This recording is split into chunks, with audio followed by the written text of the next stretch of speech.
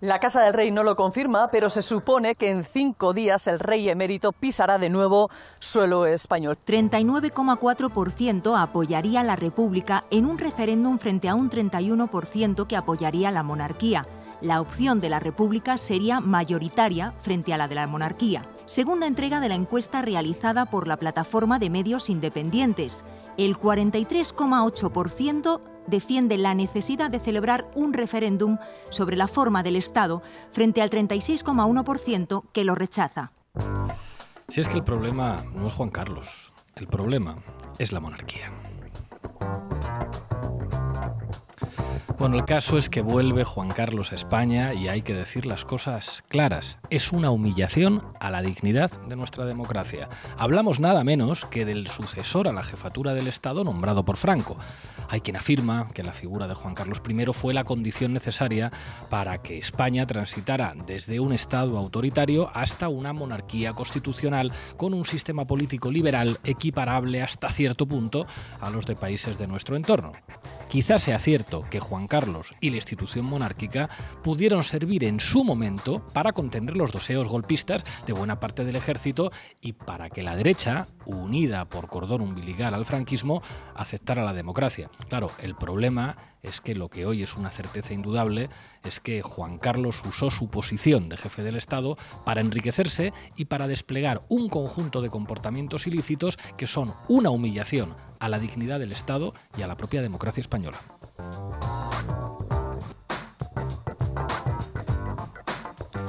Si Juan Carlos ha gozado y goza de impunidad, ha sido precisamente por haber disfrutado de inviolabilidad, por la prescripción de los delitos y básicamente porque buena parte de los poderes visibles del Estado, el Ejecutivo y el Judicial, de los invisibles, el CNI y el Estado profundo, y de los poderes económicos y mediáticos, se han dedicado básicamente a protegerle y a favorecerle.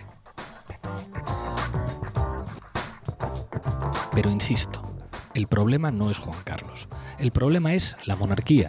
Vuelve el rey Juan Carlos y las derechas política y mediática cierran filas en torno a su figura, haciendo gala una vez más de una desvergüenza sin límites. ¡Vivan las caenas! ¡Viva la corrupción! ¡Viva el rey! ¡Viva el vino! Y mientras tanto, nuestra querida progresía política y mediática carga contra Juan Carlos, al que al parecer no conocieron durante 40 años, básicamente para contrastarlo con el actual jefe del Estado. La operación es demasiado obvia: patear el cadáver político de Juan Carlos I para reforzar a Felipe VI. Y encima presumen de una tomadura de pelo, eso que llamaron la ley de transparencia, que han pactado con el Partido Popular. De vergüenza ajena. Se lo digo por tercera vez, el problema no es Juan Carlos, el problema es la monarquía. El actual jefe del Estado puede hacer exactamente lo mismo que hizo su padre y gozar de absoluta impunidad.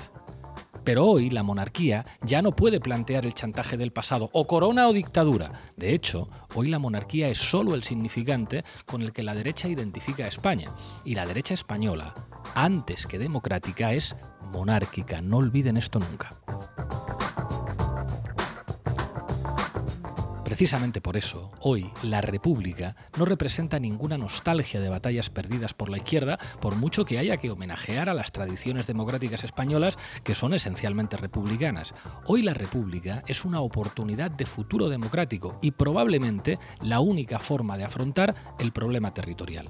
Una España republicana y confederal sería una España mucho mejor. Bienvenidas y bienvenidos a La Base.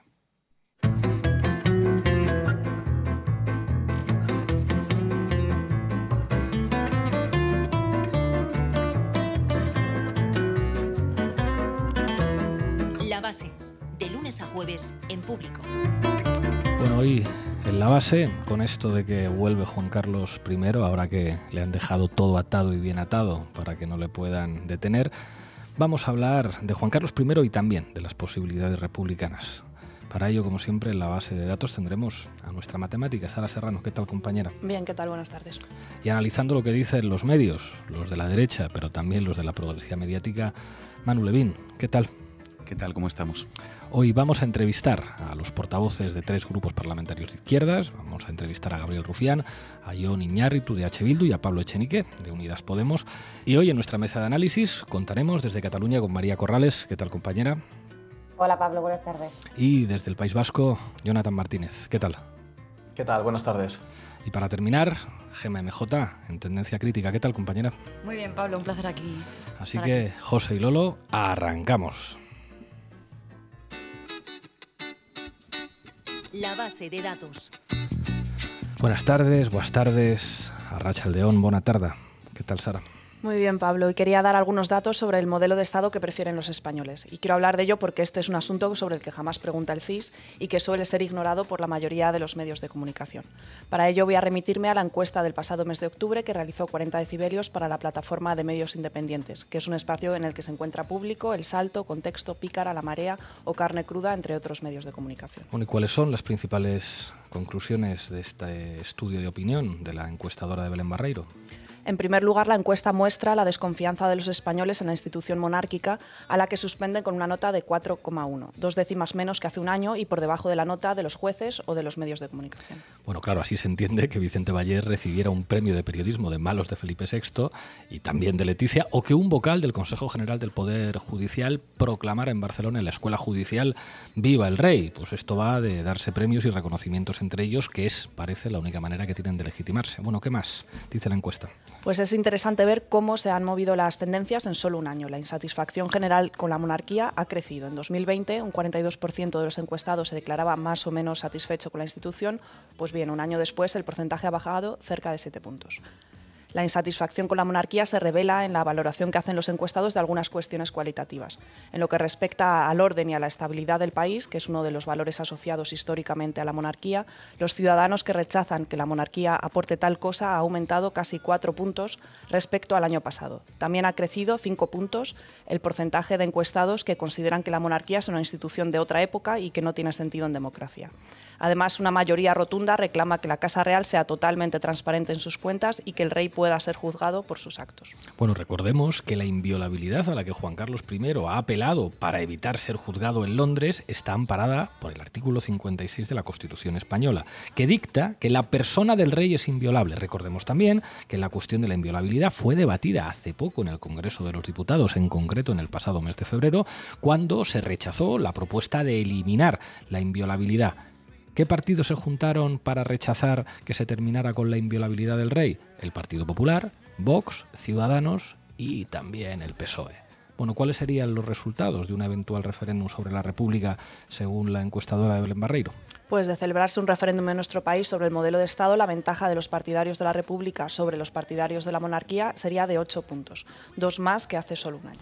¿Y cómo se distribuye la preferencia por el modelo de Estado en términos ideológicos, Sara? Pues si nos fijamos por recuerdo de voto, la monarquía ha pasado de ser una institución respaldada por prácticamente todo el espectro ideológico a ser defendida exclusivamente por la derecha y por la ultraderecha.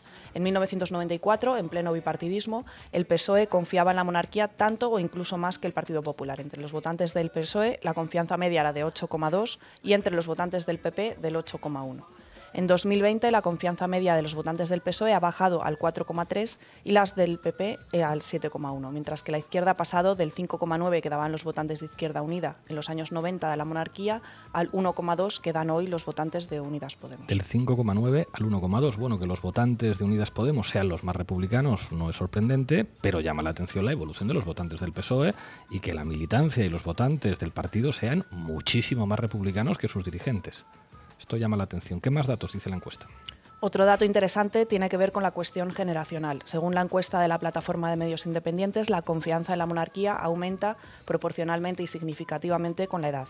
Llama la atención que la desconfianza de la monarquía entre los jóvenes de entre 16 y 17 años sea casi 19 puntos mayor que la desconfianza entre los mayores de 65 años. Bueno, estos casi 20 puntos de diferencia indican básicamente que la República ha dejado ya de ser una referencia memorialística y que hoy representa básicamente una posibilidad de regeneración democrática en nuestro país que ilusiona a muchos jóvenes.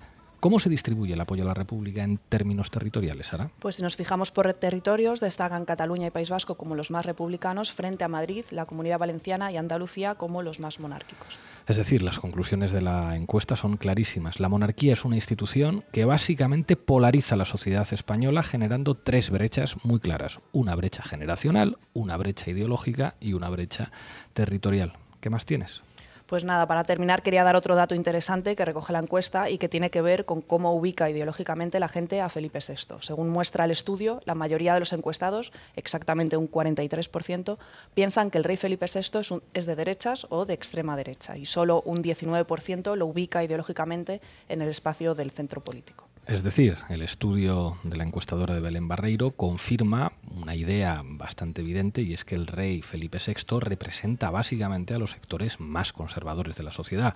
Los monárquicos son hoy poco más que un movimiento reaccionario que sí resiste es gracias a los enormes apoyos que tiene en el poder económico y en los poderes mediáticos. Gracias, Sara. A ti.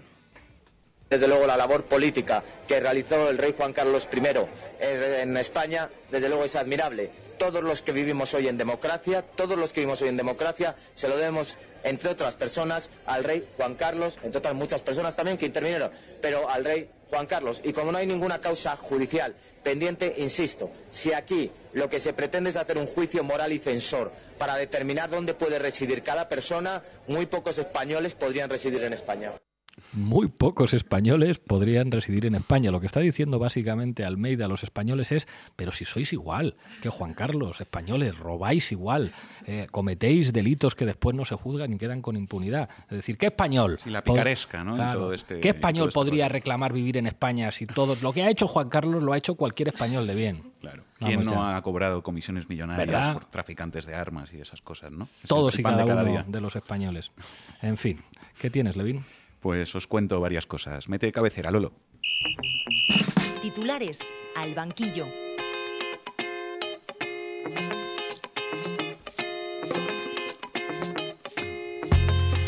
Bueno, hoy la prensa, sobre todo la de derechas, pero no solo, se ha llenado de noticias, entre comillas, con titulares verdaderamente llamativos y también de columnas de opinión que buscan blanquear y alabar la figura de Juan Carlos I en los días previos a su regreso a España tras su ida a Emiratos Árabes.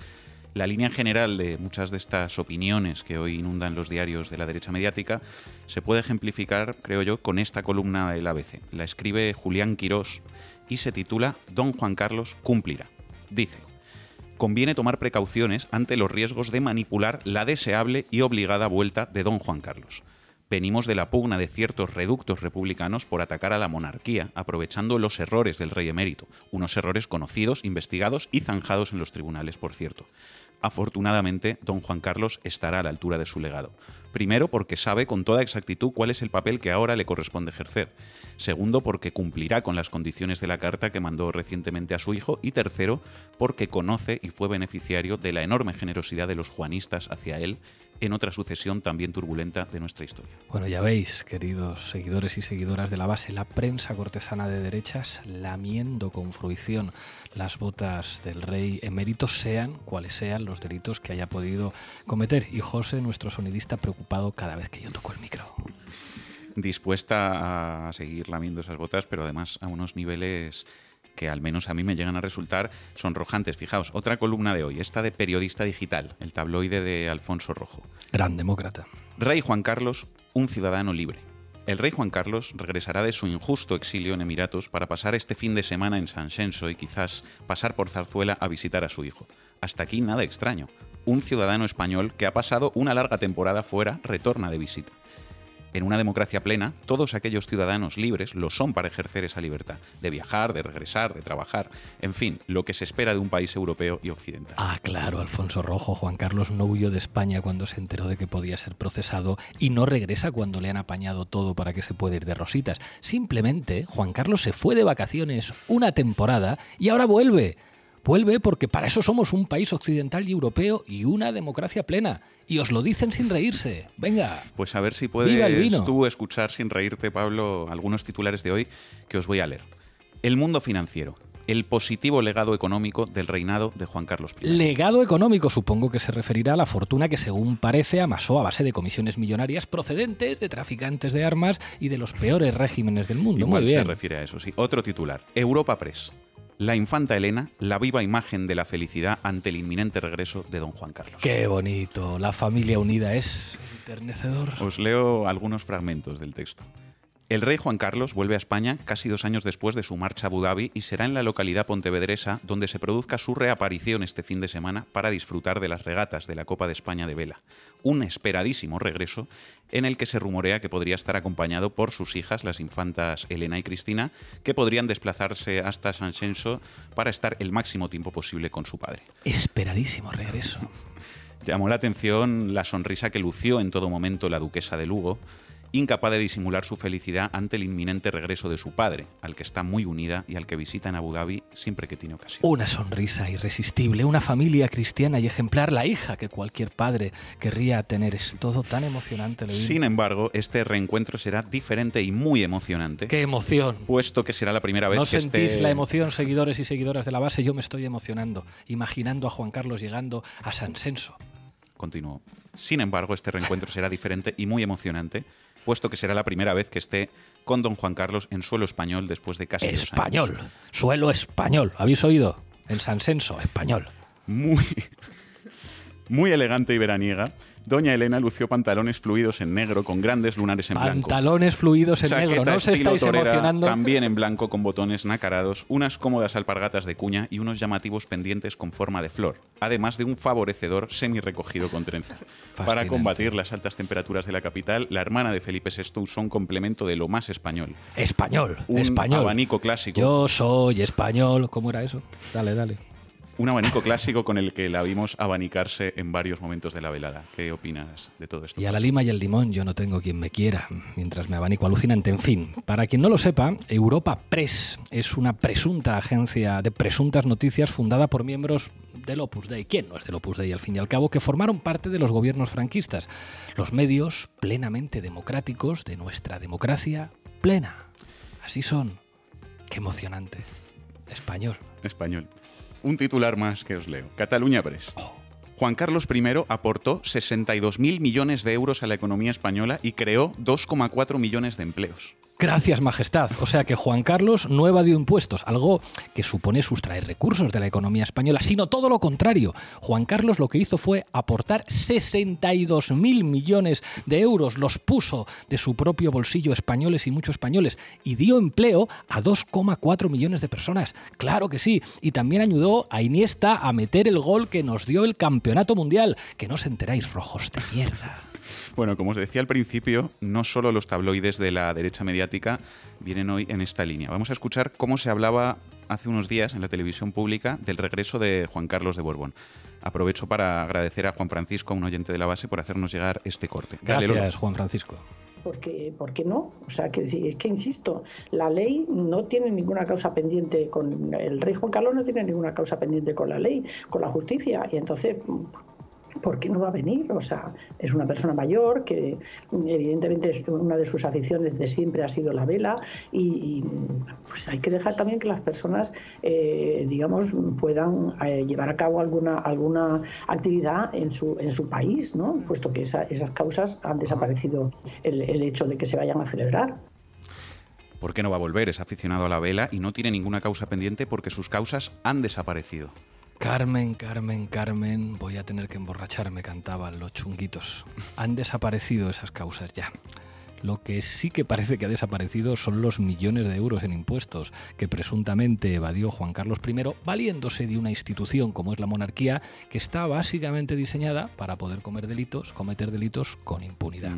Carmen, Carmen, Carmen. Espera que sigue la pieza de televisión española. Atención a qué es lo que les preocupaba en esta tertulia en relación a la Vuelta a España de Juan Carlos I.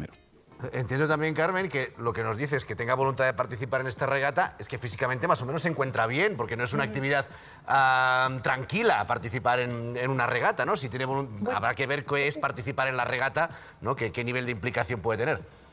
Sí, Marc, es verdad, pero ten en cuenta que en esos barcos donde él, en el barco en el que él lleva el timón, o sea, es un barco que se ha adaptado completamente a las características del rey.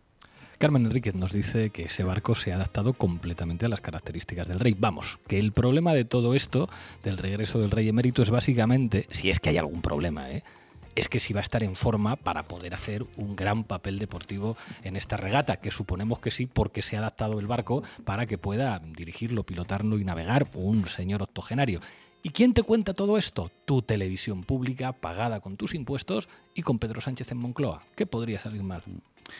Otra pieza de la televisión pública vamos a escuchar, esta de hoy, en el canal 24 Horas.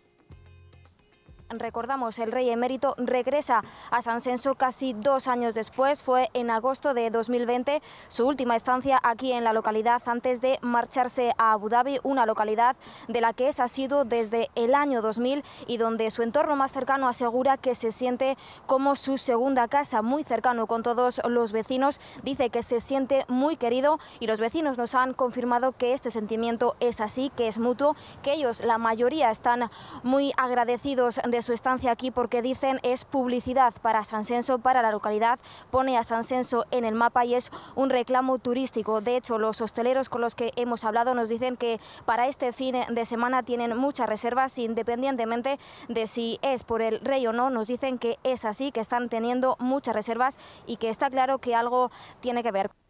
Periodismo a nivel matrícula de honor, los vecinos están encantados, todos le aman, pone a San Censo en el mapa, es un reclamo turístico, los restaurantes no dan abasto. Muchas gracias, Majestad. Lo que hemos escuchado, queridos oyentes, no es una pieza de la televisión norcoreana hablándonos de las bondades de Kim Jong-un. Es la televisión pública española postrándose ante el monarca emérito y blanqueando su escandalosa corrupción. Pérez Tornero, el periodista más demócrata del mundo entero. La otra línea relevante sobre el regreso del emérito es la que siguen muchos opinadores en el ámbito de la progresía mediática. En resumen, consiste en barra libre para criticar a Juan Carlos, pero no cuestionamiento o incluso defensa abierta de la institución de la monarquía. Vamos a escuchar un corte que creo que ejemplifica bastante bien este enfoque. Carlos Sánchez esta mañana en la cadena SER. Si no podemos aceptar que los amigos del rey estén detrás de su vuelta a España. Es decir, el rey es un servidor, como decía ahora Mariola, de los ciudadanos y por lo tanto no le debemos nada. Es decir, él es el que nos debe el puesto porque aceptamos la Constitución y la aceptamos con él dentro. Y es absolutamente democrático y legítimo su puesto. Pero desde luego el pensar que unos empresarios amigos suyos son los que están detrás de la vuelta del ex jefe de Estado me parece que vuelve a las andadas. Ya vemos lo demócratas que son los progresistas. Aceptamos la monarquía. La monarquía es legítima y totalmente democrática. Pero, hombre, que se comporten con un poco de decoro, que si no nos lo ponen un poquito difícil para poder defenderles. Que nosotros vamos a defender siempre la monarquía. Pero, hombre, ayudándonos un poco, que tenemos que contar a la gente que somos de izquierdas. En fin, esta es la progresía mediática española. ¿Quién necesita a la derecha para defender a la monarquía si tus medios progresistas te la defienden cada día? Gracias, Manuel. Presidenta, le pregunto por el rey, la última pregunta. ¿Qué hacemos con el rey emérito? ¿Usted le recibiría? Yo le deseo lo mejor al mejor. Lo que pasa es que es verdad que no depende de mí, así que eso es lo que pienso y desde luego siempre he reivindicado su figura y su legado y lo haré siempre. Gabriel Rufián, portavoz de Esquerra Republicana de Cataluña, gracias por atender a la base. A vosotros. Gabriel, ¿cómo juzgáis en Esquerra Republicana de Cataluña que Juan Carlos vuelva a España?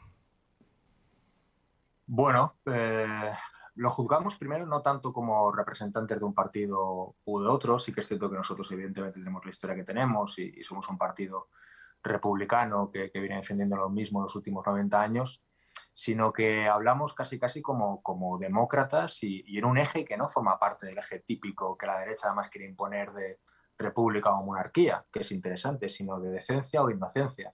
Nos parece absolutamente indecente que un señor que se ha dedicado a robar a manos llenas los últimos 40 años, vuelva impunemente aquí, además seguramente pues, con gastos pagados y que en cambio haya raperos que no pueden volver o que están amenazados con ir a la cárcel si vuelven, ¿no? Y a modo de ironía, a mí me resulta curioso que Vox se queje constantemente de que hay gente en el extranjero que comete delitos y que quiere venir a España y tal, cuando ese es el patrón de Juan Carlos, ¿no? Un señor que además nació fuera de España, que ha robado durante toda su vida y que amenaza con volver a España. Estoy convencido que Vox tomará medidas. Lo que implica la monarquía española para entender el Estado y la nación española es algo poco compatible con las reivindicaciones que tenéis los independentistas. Pero si en España se planteara la posibilidad de una república confederal y plurinacional, ¿los independentistas catalanes tendríais sitio en ese modelo republicano? Pues me gusta mucho la ciencia ficción, Pablo. Me encanta Blade Runner, Alien. Decía Castelao que fue federalista, confederalista, hasta que se dio cuenta que no había nadie que se quería federal con él, ¿no? Y creo que es un poco lo que nos pasa a los catalanes y en alguna medida también a los vascos. Creo que los cambios en el Estado van a llegar por otro sitio. Y nosotros, evidentemente, y yo como demócrata, siempre voy a estar a favor de la democratización del Estado, del avance del Estado del bienestar, de derecho, evidentemente también en cuanto al Estado español se refiere. Ahora bien, creo que en este caso está mucho más lejos un horizonte republicano que, por ejemplo, un horizonte autodeterminista, teniendo en cuenta la aritmética parlamentaria de un lugar y de otro. Y creo que además depende del PSOE, que como sabes, quizá mejor que nadie, el PSOE es republicano en campaña y monárquico en Moncloa, ¿no? Pero depende sobre todo de la presión que seamos, y digo seamos, capaces de ejercer varios al PSOE. Creo que si en algún momento el independentismo de izquierdas, catalán, vasco y gallego, conjuntamente con la izquierda española real, tiene la presencia que debe de tener en el Congreso de los Diputados, creo que se puede conseguir no solamente esto, sino muchas más cosas, y creo que la vía pasa por ahí. Gabriel Rufián, portavoz de Esquerra Republicana en el Congreso, gracias por atender a la base. Hasta pronto. Un placer, como siempre. Jon Iñárritu, diputado de H. Bildu, gracias por atender a la base. Un placer. ¿Cómo juzgáis en EH Bildu la vuelta al territorio del Estado de Juan Carlos I? Bueno, nosotros y nosotras fuimos los que no entendimos el por qué se fue, cuál fue el motivo para huir, de alguna manera, cuando había varias causas abiertas, y ahora que se han cerrado, no porque no existieran, sino por la prescriptibilidad y por la inviolabilidad del rey, que eso hay que remarcarlo, pues vía varios globos sonda se ha filtrado que va a volver el rey emérito y se está creando un vodevil que no entendemos muy bien. Yo creo que este señor lo que tiene en primer lugar es que aclarar qué ha ocurrido, algo que yo creo que se lo debe a la sociedad, y de igual forma yo creo que el gobierno debería retirar con urgencia el título de rey emérito a este señor, porque de hecho se están comportando como si este señor ya no tuviera ese título, pero a la vez es que lo conserva y no se lo quieren retirar, por lo cual creemos que más allá de todas las polémicas y todas las cortinas de humo que se intenten construir, creemos que es hora de aclarar lo ocurrido, pero también de retirar a este señor su título. Jon, un Estado que se identifique con la monarquía es seguramente un marco muy estrecho para los independentistas vascos, pero Arnaldo Otegi ha hablado a veces de que un marco republicano plurinacional que reconociera espacios de confederalidad reales, que permitiera una confederación entre Euskadi y Navarra y una confederación con el conjunto del Estado, sí podría ser un marco que los independentistas vascos podríais explorar. Como independentista no renuncio a la independencia como ninguno de los miembros de Euskal Herria Bildu, pero sí creemos que ese escenario sería bastante mejor y que se amoldaría mejor a la realidad del Estado. ¿Por qué no? ¿Por qué no explorar en un primer caso? Y ya digo que a todas luces sería muchísimo mejor un escenario que el que tenemos en la actualidad. Jon Iñárritu, diputado de H. Bildu, gracias por atender a la base. Hasta pronto. Hasta cuando queráis, un placer. Pablo Echenique, portavoz del Grupo Parlamentario de Unidas Podemos, gracias por atender a la base. Un placer, Pablo. ¿Cómo valoras el retorno del rey emérito? Bueno, creo que es evidente que es una humillación para la gente trabajadora que paga sus impuestos y que no vive pues, de la corrupción como ha vivido él durante décadas, y además es una doble humillación en tanto que demuestra la impunidad de la corona, ¿no? Cuando este señor viene aquí después de que la Fiscalía haya reconocido que ha cometido delitos y que simplemente no le ha podido encarcelar debido a la inviolabilidad que figura en la Constitución y que los jueces interpretan de manera poco democrática, pues está dejando claro que si Felipe VI en algún momento decidiera ir por el mismo camino, pues también gozaría de la impunidad que ha gozado su padre, y revela que esto no es un problema de Juan Carlos I, es un problema del diseño de la institución monárquica. Las encuestas disponibles, que no son muchas, pero que existen, como la que encargó al Instituto de Belén Barreiro, la plataforma de medios independientes, dicen que se está consolidando una preferencia mayoritaria de la ciudadanía del conjunto del Estado por la República. ¿Qué es lo que significa la República para Podemos? Bueno, pues significaría actualizar nuestra Constitución al siglo XXI y efectivamente respetar la que posiblemente sea la voluntad mayoritaria de los españoles. Nuestra Constitución es de las menos reformadas de toda Europa y precisamente la monarquía actúa como cerrojo de esta Constitución. Y un proyecto republicano y confederal no solamente tiene que ver con resolver mediante la democracia los conflictos territoriales que hay en nuestro país, no solamente tiene que ver con elegir a la monarquía, a la jefatura del Estado votando, como se elige a otras jefaturas del Estado, también tiene que ver con los derechos de la gente. Un sistema corrupto en el que hay determinadas instituciones del Estado que sirven como tapón para que esa corrupción se pueda seguir produciendo, es también un sistema que reduce o minora los derechos de la gente. La República es mucho más, ¿no? Que no haya un rey, es apostar por los servicios públicos, es limpiar las estructuras del Estado. Creo que, ayer salía un artículo de Villar Mir, nada menos, en El Mundo, en el que daba la bienvenida a Juan Carlos I a España, ¿no? Eso es lo que significa la monarquía en este país, que corruptos, que multimillonarios, que la derecha y la extrema derecha grite viva el rey, y todo eso es la parte simbólica que sujeta pues un sistema en el que muy pocos viven muy bien y la mayoría de la gente pues tiene problemas para llegar a fin de mes. Todo eso es para nosotros pues un proyecto republicano y confederal. Pablo Echenique, portavoz de Unidas Podemos en el Congreso de los Diputados. Muchísimas gracias. Hasta pronto. Un placer. Hasta pronto, Pablo. Bueno, estamos ya en mesa de análisis. Empiezo contigo, María. Escuchábamos antes a los portavoces de diferentes grupos parlamentarios de izquierda sobre la posibilidad de una república en clave confederal, en clave plurinacional, como un horizonte de Estado más viable. ¿Tú cómo lo ves? Dale al micro, compañera. Disculpa. No te preocupes.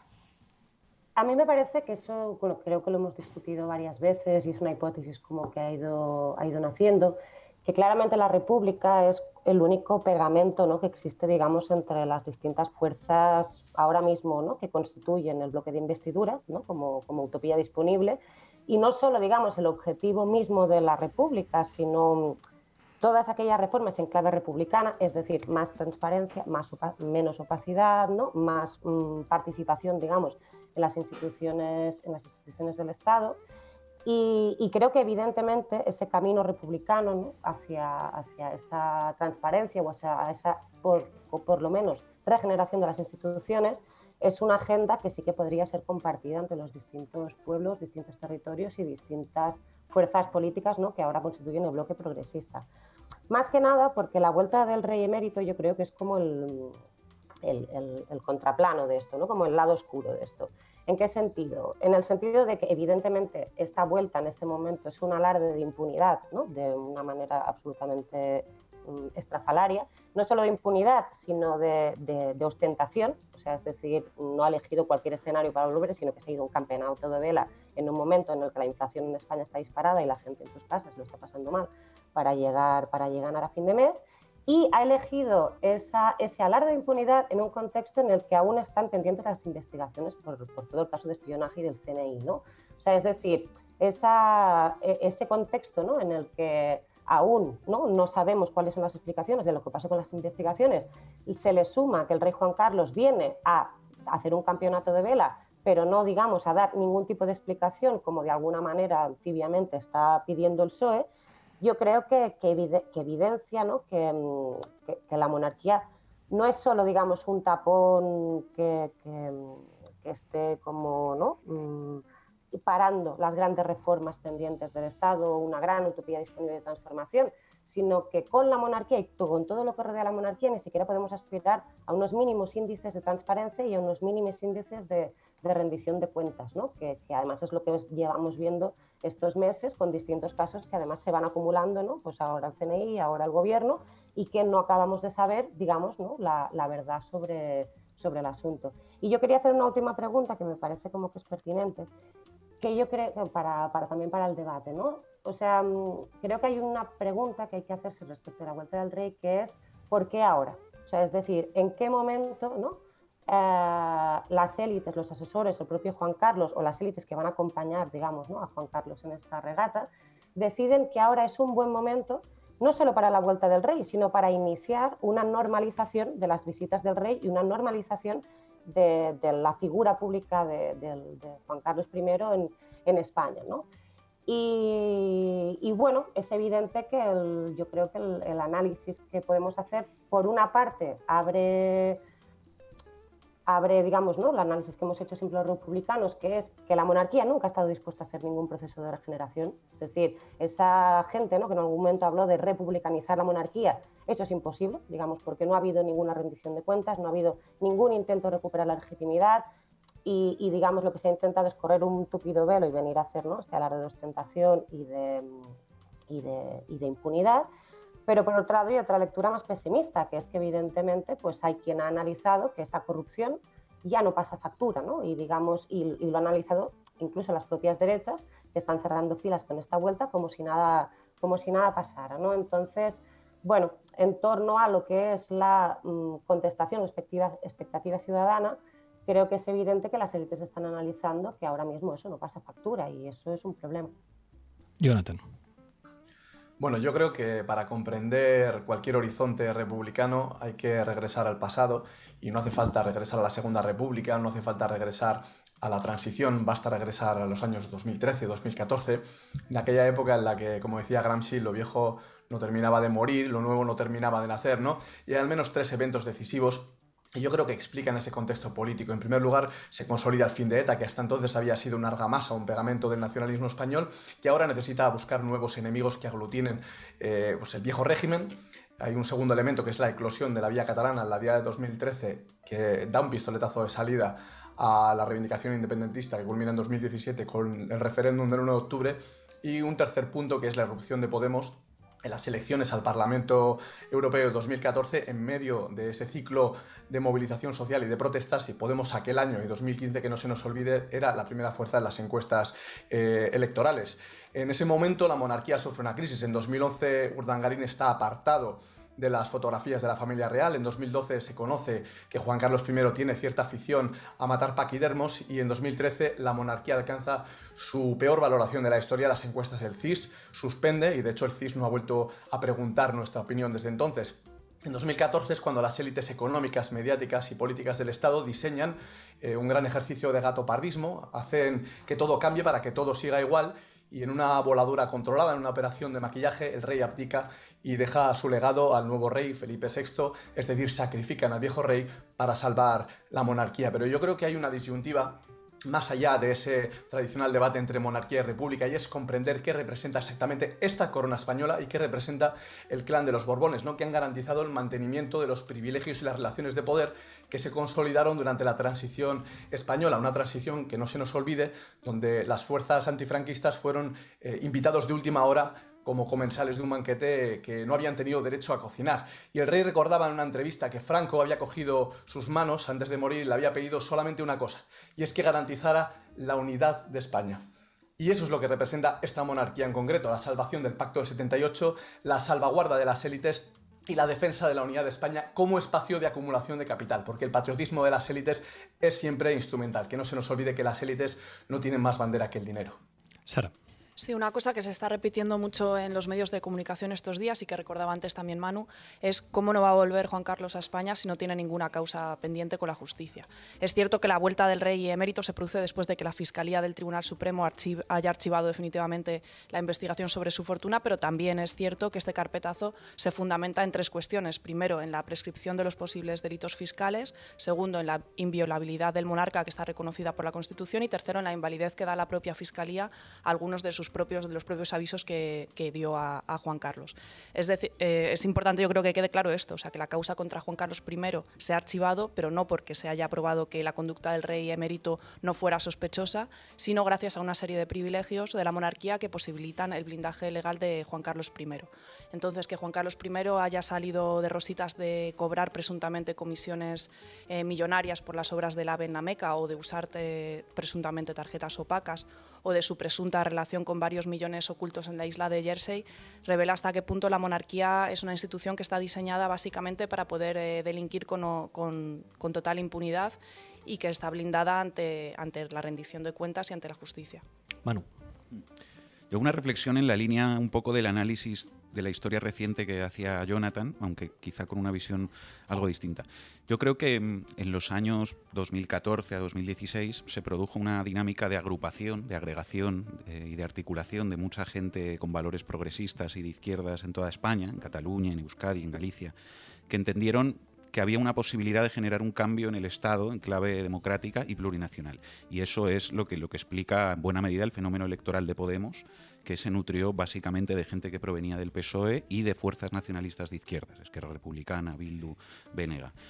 Después, por el desgaste y por el propio relato mediático omnipresente sobre la muerte de Podemos, que se lleva repitiendo desde el mismo año 2015, mucha gente se lo dejó de creer. Se dejó de creer que era posible un cambio rápido y profundo en clave democrática y plurinacional en el Estado, y entonces se produjo un repliegue, una dispersión de toda esa gente.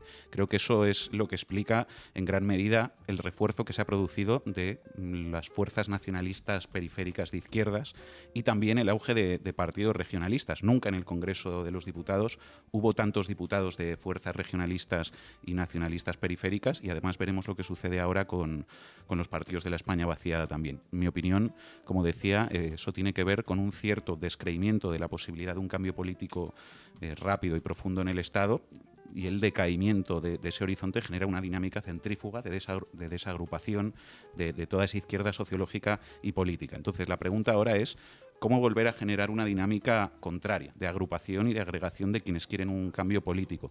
Y ahí, digamos, en torno a qué horizonte se puede articular eso, ¿no? Y ahí, conectando con algo que decía María, yo creo que frente a quienes siempre consideran que esto no toca, una nueva república española como proyecto de profundización democrática, de modernización económica, de justicia social y de un país unido en base a su diversidad, en base a la diversidad constitutiva de España, alternativo al centralismo monárquico, yo creo que es el proyecto, es la utopía disponible, como decía María, que puede volver a convocar a millones de personas en todo el país para empujar un cambio político profundo en el Estado y para construir un futuro mejor. Esto será más temprano o más tarde, dependerá básicamente de nosotros mismos y de la audacia que tenga la izquierda, pero yo cada vez estoy más convencido de que va a ser el impulso de ese proyecto republicano el que dé lugar al próximo ciclo de agrupación y de auge de la izquierda y de avance democrático en España. O sea, en esto, si me permites hacer una reflexión sobre esto antes de devolverle la palabra a María. Claro, las utopías disponibles se tienen que concretar o aterrizar en un proyecto de Estado. Y creo que esta no es una cuestión menor. La derecha y la ultraderecha tienen un proyecto de Estado clarísimo. Es más, el Estado es su instrumento de poder principal, consideran que el Estado es suyo, existe una cultura en las derechas, digamos, de opositar a los cuerpos del Estado, cuando se identifican con la policía, con la Guardia Civil, con el Ejército, cuando un porcentaje muy amplio de los opositores a los cuerpos del Estado proceden de Madrid y de territorios muy concretos, se revela, sobre todo por el predominio conservador en esos sectores, una conciencia de Estado de la derecha y la ultraderecha española clarísima. O sea, no es casual que Olona sea abogada del Estado, no es casual que Martínez Almeida sea abogado del Estado. Ellos saben que su proyecto de España es exclusivamente posible si tienen un poder del Estado que además limite cualquier tipo de transformación democrática, y saben que el significante de todo eso solamente puede ser la monarquía. Les costó comprenderlo, porque de hecho el PSOE en el pasado fue habilidoso a la hora de aliarse con Juan Carlos, pero la derecha tiene clarísimo que su significante es Felipe VI, y por eso la derecha y la ultraderecha gritan abiertamente viva el rey. El problema de todas las izquierdas yo creo que es la ausencia de un proyecto de Estado. Los independentistas catalanes y vascos lo tenían, proyecto de Estado propio, el mío, a través de la independencia. El problema es que la correlación de fuerzas es enormemente tenaz. No es casual que sean los independentistas vascos los más abiertos a la hora de explorar fórmulas confederales. Iñárritu lo decía, yo soy independentista y no voy a dejar de serlo, pero claro que España sería mucho mejor pues si, en los términos en los que lo plantea Otegi de manera clarísima, doble confederación, confederación con Navarra y confederación a nivel estatal para compartir un Estado que necesariamente tiene que ser republicano y plurinacional. En el caso de los independentistas catalanes, una vez que su utopía disponible tuvo que enfrentarse con un Estado, yo creo que ha redefinido por completo la correlación de fuerzas, y la relación ambivalente que mantiene Esquerra Republicana con el gobierno tiene que ver con esa conciencia de la correlación de fuerzas. Pero yo creo que con la excepción de algunas cabezas en sortu, es muy difícil encontrar en los independentistas catalanes y vascos una visión clara respecto a que no se puede regalar el Estado español a la derecha española, porque eso es la mejor garantía de continuidad de una idea de España asociada a la monarquía y asociada además a la represión y a la tensión con diferentes naciones que conforman nuestro país.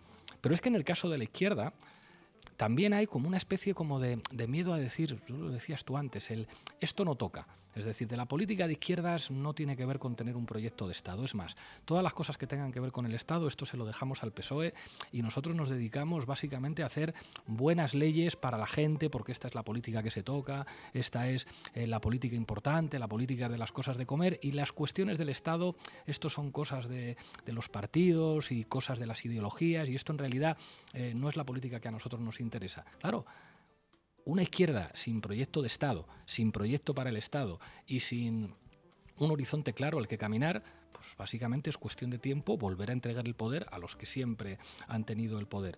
Y es que ese proyecto de Estado solamente puede ser republicano, por lo que implica la república en términos de regeneración democrática, en términos constituyentes, en términos de blindaje de derechos sociales y en términos de afrontar y gestionar un problema, quizá uno de los grandes problemas de la historia del Estado español en los últimos, como mínimo, 200 años, que es la cuestión plurinacional y la cuestión territorial.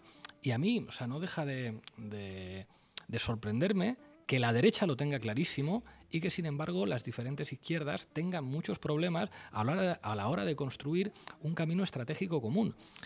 Es, en cualquier caso, interesante que algunos estén hablando ahora de lo que representó en su momento el Pacto de San Sebastián, porque en realidad la configuración histórica de las fuerzas políticas democráticas en España no cambia. Y ahí estuvo, por ejemplo, sentado Indalecio Prieto diciendo: o afrontamos, lo que nos puede aportar un Estado republicano para España diferente a lo que han construido históricamente los Borbones como horizonte de país, o esto, es volver a ponérselo fácil a la derecha para que manden además renunciando a la democracia, porque una de las características fundamentales de la derecha española es que asume las reglas democráticas siempre y cuando lo que consideran enemigos de España, los rojos, que identifican claramente con Podemos, y por eso la derecha española pues le encanta poner por las nubes a Santiago Carrillo, y con los independentistas catalanes y vascos, y por eso en su momento ponían por las nubes a Pujol y hasta cierto punto siguen poniendo por las nubes al Partido Nacionalista Vasco, pero una cosa son los nacionalistas razonables como el PNV y como Convergencia y Unió, y otra cosa es Bildu, y otra cosa es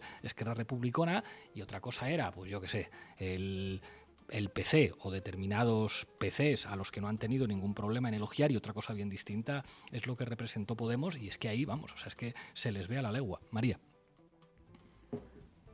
Muy de acuerdo con lo que comentabas de la falta de un discurso, un proyecto de Estado por parte de la izquierda, y de hecho creo que esta semana ha sido como uno de los mejores ejemplos de esta situación, ¿no? El PP lleva toda la semana enredado en el debate sobre la plurinacionalidad, las nacionalidades, ¿no? Con los ataques de Vox, con los ataques de Ciudadanos, ¿no? Y desde el lunes, eso, ¿no? El coordinador general del Partido Popular dijo que España es un país plurinacional. Y luego Feijóo salió a matizar, citando la Constitución, que evidentemente ni Ciudadanos ni Vox respetan en este ámbito, diciendo que estamos hablando de nacionalidades históricas, ¿no?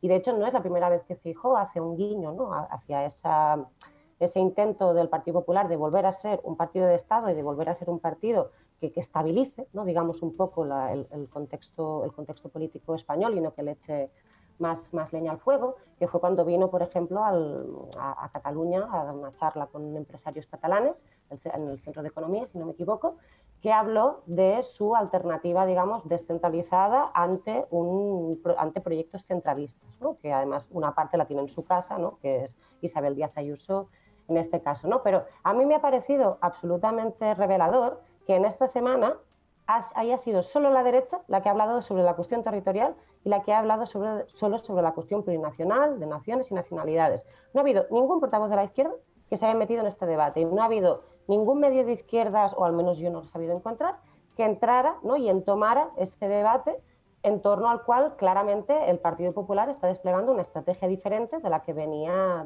aplicando Casado y de la que venía aplicando Rajoy, ¿no? Por eso, por ejemplo, esta semana me ha parecido como una evidencia del vacío, ¿no? Que existe en términos de que a la izquierda parece que le da miedo, ¿no? La cuestión nacional, o sea, es como que la cuestión nacional, la cuestión de Estado en este caso, de ordenación del poder, ¿no? Es como, no, es que cada vez que entramos aquí perdemos votos. Claro, pero el problema es que cada vez que tú no ofreces un proyecto nacional, plurinacional de Estado, cedes más el paso a que ese proyecto para la gente se vea representado únicamente por la derecha. Y yo creo que esto, por ejemplo, es una cuestión que va a explicar en parte lo que ha pasado en Andalucía y la derechización, ¿no? Digamos, que se ha producido en el contexto andaluz, que eso, por ejemplo, Ignacio Sánchez Cuenca hizo un artículo ya explicándolo, de cómo desde el proceso, ¿no? Y yo creo que también por una falta de discurso disponible por parte de la izquierda en torno al cual, que es la nación española, que es la plurinacionalidad,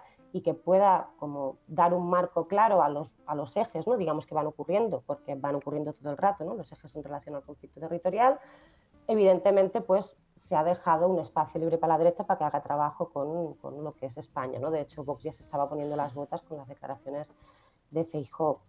Y la otra cuestión que quería comentar es en el sentido de lo que hablábamos de la República y la monarquía, ¿no? Yo creo que tiene mucha razón Manu, que digamos que el reparto, digamos, ¿no? de escaños y de la vuelta, digamos, a los territorios, ¿no?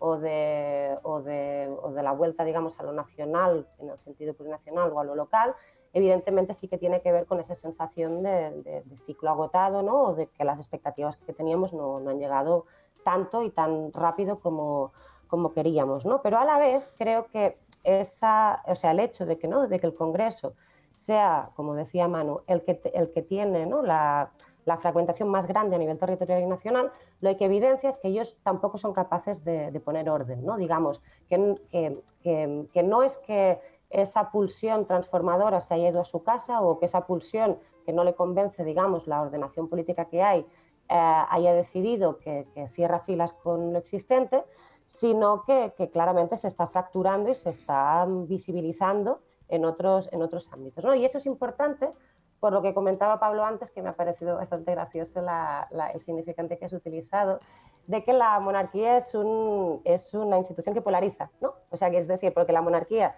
hasta la crisis actual de la monarquía siempre había sido representada como la institución que estaba por encima de los partidos y por lo tanto era capaz de garantizar una unidad, era capaz de garantizar el orden, era capaz de garantizar el régimen del 68 y esa legitimidad para todo el mundo, y ahora se ha convertido en una institución que en sí polariza, en un momento en el que muchos medios, que vosotros llamáis de la progresión mediática, están absolutamente preocupados por un contexto de polarización política, ¿no? Que no tiene nada que ver con la ruptura de consenso, sino que tiene algo que ver como que los políticos se han vuelto locos y han empezado a insultarse entre ellos, ¿no?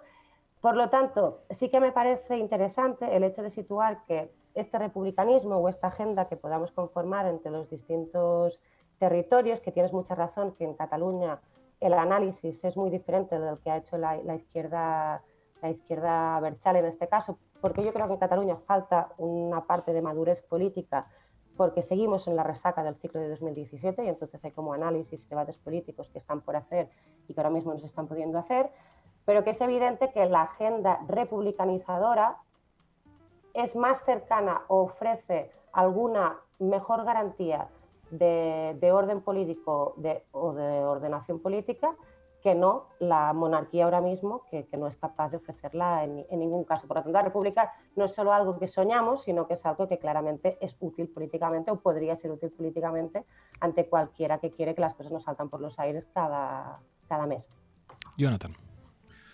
Hubo un tiempo en que, más que plantear un referéndum entre monarquía y república, se hablaba de proceso constituyente. Y yo añadiría, si hablamos desde una óptica plurinacional, diría procesos constituyentes, con la idea de saldar todas las cuestiones que quedaron pendientes en la transición. Una de ellas, el derecho a autodeterminación, que era una reivindicación que en su momento apoyaba todo el espectro político de la izquierda, incluido el Partido Socialista, eso es. Y eso con la idea que España no es tanto una nación como una coyuntura institucional, y esa coyuntura puede cambiar, de hecho ha cambiado a lo largo de la historia, eso no es un drama. En cualquier caso, para constituir hay que destituir, y para destituir hay que entender de dónde viene la legitimidad actual, no solamente del monarca, sino de la monarquía como institución, porque durante la transición la figura del rey aparecía ligada indisolublemente al franquismo, y en su momento Adolfo Suárez le reconoce off the record a Victoria Prego que incluyeron la monarquía en el paquete constitucional para que la gente que quería democracia lo apoyara sin saber que lo estaba apoyando, a sabiendas de que el rey perdería un referéndum sobre la república. Bueno, hay que entender que el mito del 23F tiene un poder legitimador fundamental para el rey. Ese mito de que fue su intervención lo que salvó la democracia de un regreso a una especie de franquismo blando. Incluso aquel año fue nominado a los Premios Nobel de la Paz en 1981. Incluso sabiendo que existen indicios que dicen que más bien pudo participar en la instigación del golpe en lugar de salvarnos. Y de hecho Armada terminó indultado por Felipe González. Y aquí quiero entrar al papel del Partido Socialista, que ha sido un sostén principal de la corona. O sea, sin el sostén fundamental de Felipe González y después de las diferentes direcciones de Ferraz, la monarquía ahora mismo no sería más que una especie de juguete arcaico de los sectores conservadores. Y aquí es muy importante recordar el papel de Rubalcaba, que después de haber obtenido los peores resultados de la historia en unas generales para el Partido Socialista, retrasó su dimisión, e incluso el Congreso del Partido Socialista, hasta asegurarse de que la transmisión de poder y la supervivencia de la monarquía era efectiva. De hecho, el Partido Socialista ha unido sus votos al Partido Popular y a la ultraderecha, incluso en 15 ocasiones, para que no se investigue en el Congreso la fortuna del emérito, y han garantizado la inviolabilidad del rey a través de la Constitución, que es lo que hace que hoy se mantenga una impunidad. Y aquí vamos al origen de la fortuna. Una pregunta que nos hacemos mucha gente es cómo es posible que alguien que llega a las faldas de Franco sin un duro en el bolsillo termine con una fortuna estimada de alrededor de 1.800 millones, como decía la revista Eurobusiness. ¿De dónde ha salido ese dinero? Y es que el nombre de los Borbones aparece envuelto en escándalos que tienen que ver con cobro de comisiones, con cuentas en Suiza, con fundaciones offshore. Y el rey emérito, que no se nos olvide, huyó a escondidas de España cuando tenía varias causas abiertas, precisamente por el origen opaco de su fortuna. Pues bien, ahora que quiere regresar por la puerta grande, es necesario que hagamos un ejercicio de memoria, no solo de lo que representa Juan Carlos, sino de lo que ha representado la monarquía y sobre todo de tantos vasallos con carné de periodista y de aquellos que se definen como republicanos pero siguen apuntalando a una institución cuya legitimidad no emana de las urnas, sino de la voluntad de Franco de prolongar su obra más allá de su propia muerte, ¿no? Vasallos con carne de periodista. Nos apuntamos esa noción para la base. Gracias, Jonathan. Gracias, María. Lolo, métenos la cabecera de Tendencia Crítica.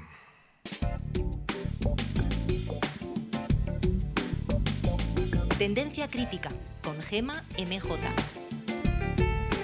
Bueno, MJ vuelve el emérito después de llevar 2 años en Abu Dhabi y lo primero que va a hacer es irse de regata a San Senso. ¿A ti qué te parece?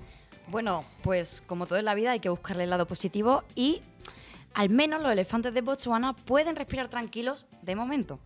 Y te voy a contar una cosa, y es que muchos ya sospechábamos que el rey emérito iba a aparecer por San Xenxo antes de que se anunciase oficialmente. ¿Tú cómo lo sabías eso? Pues mira, te cuento, gracias a que hace exactamente un mes, el 18 de abril, Alicia Muñiz, una vecina de la localidad, escribió un hilo viral en el que decía que tenía la teoría de que el emérito ya estaba en Sanxenxo. Se basaba en las medidas de seguridad que se estaban tomando, que había mayor presencia policial, que estaban empezando a ponerlo todo muy bonito, y bueno, no iba tan desencaminada, porque lo que ella veía eran los preparativos para la llegada de Juan Carlos este sábado. O sea que en las redes sociales de esto se hablaba antes de que la prensa hiciera su trabajo y hablara del tema. Qué cosas, ¿verdad? Y por supuesto, con la llegada de Juan Carlos llega también su legión de cortesanos. Dice Paul Maca, como vuelve el rey emérito, tocan días de blanqueo en todos lados. Que si trajo la democracia y que si hizo una transición pacífica y modélica. Falso, la democracia la tejeron miles de personas jugándose la vida en las calles. Muchas fueron asesinadas impunemente. Bueno, creo que seguidores y seguidoras de la base basta encender cualquier televisión en España para ver cómo trabaja a pleno rendimiento la maquinaria de blanqueamiento de la monarquía. Curiosamente, es prácticamente imposible escuchar que Juan Carlos está demandado por acoso, nada más y nada menos que por Corina Larsen, ante la justicia británica. De esto casi no se habla en las tertulias.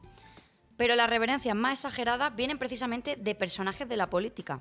A Almeida, por ejemplo, le ha faltado decir un admirador, un esclavo, un amigo, un siervo. Y no descartemos que le veamos besándole los pies a Juan Carlos cuando llegue. Aunque no sé yo si hace algún favor a la monarquía con este tipo de declaraciones que vamos a escuchar. Dale, Lolo. Quisiera subrayar un rasgo que comparten nuestras historias de éxito. En ambos casos, la figura del jefe del Estado, el emir en Qatar y el rey en España, han sido cruciales a la hora de poner en marcha el motor del cambio y mantenerlos en la dirección idónea para el bien de nuestros pueblos. Qatar y España son dos argumentos contra los que creen que las monarquías son cosas del pasado. Bueno, es decir, como cuenta Javier Gallego Crudo, Almeida compara al rey de España con el emir de Qatar para defender la monarquía. En Qatar no hay partido político, la libertad de expresión está restringida, las relaciones homosexuales son castigadas con prisión y las mujeres están bajo tutela masculina, entre otras lindezas. Bueno, pero a partir de ahora habrá que dejar claro cuál es la referencia política para el Partido Popular. Qatar. Seguramente la prensa va a repetir en los próximos meses la palabra Qatar asociada al Partido Popular como la palabra Venezuela asociada a Podemos, ¿a que sí? Bueno, los republicanos le agradecemos a Almeida que colabora así con nuestra causa. Además de Almeida, también tenemos las declaraciones del sucesor de Feijóo en la Xunta de Galicia, Alfonso Rueda, que se estrena en el cargo diciendo que la visita del rey emérito a Sanxenxo pone a Galicia en el mapa. Le contesta una gallega, malamente, que no, perdona, esta comunidad está en el mapa del mundo entero por su clima, su comida, sus bosques verdes, sus playas y su gente, y no por la visita de un chorizo, por muy borbón que sea. O como dice Mag, por su cultura. ¿Será que Rosalía de Castro, Castelao, Cela y todos los gallegos ilustres que han enaltecido el nombre de Galicia no lo hacen según este señor? Alfonso Rueda, quédense con este nombre. Además, la vuelta del emérito coincide con otro varapalo de la justicia europea a la justicia española, ya que Bélgica se vuelve a negar a extraditar a Valtónic. Jonathan Martínez, que acaba de acompañarnos, escribe que quieren meterlo preso por haber denunciado los desmanes que llevaron al rey emérito a largarse a Abu Dhabi.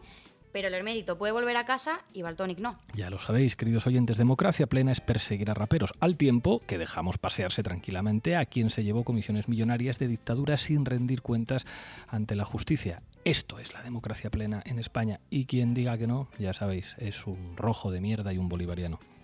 Bueno, para terminar, y como hace un par de días fue el aniversario de su triste pérdida, vamos a escuchar unas palabras de don Julio Anguita. Dale, Lolo. La Tercera República, si viene, la traerá al pueblo español. Yo no espero nada de ninguna de las instituciones que existen tras esta Constitución monárquica de 1978. Yo por lo menos no cuento con ellas. La Tercera República no va a venir.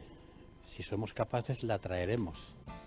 Lo que nos viene a decir Julio es que si queremos acabar con la monarquía tendremos que ser nosotros, la gente normal, quienes lo reclamemos, porque los partidos como el PSOE, que son republicanos en campaña electoral, pero monárquicos cuando gobiernan, de ellos no podemos esperar nada.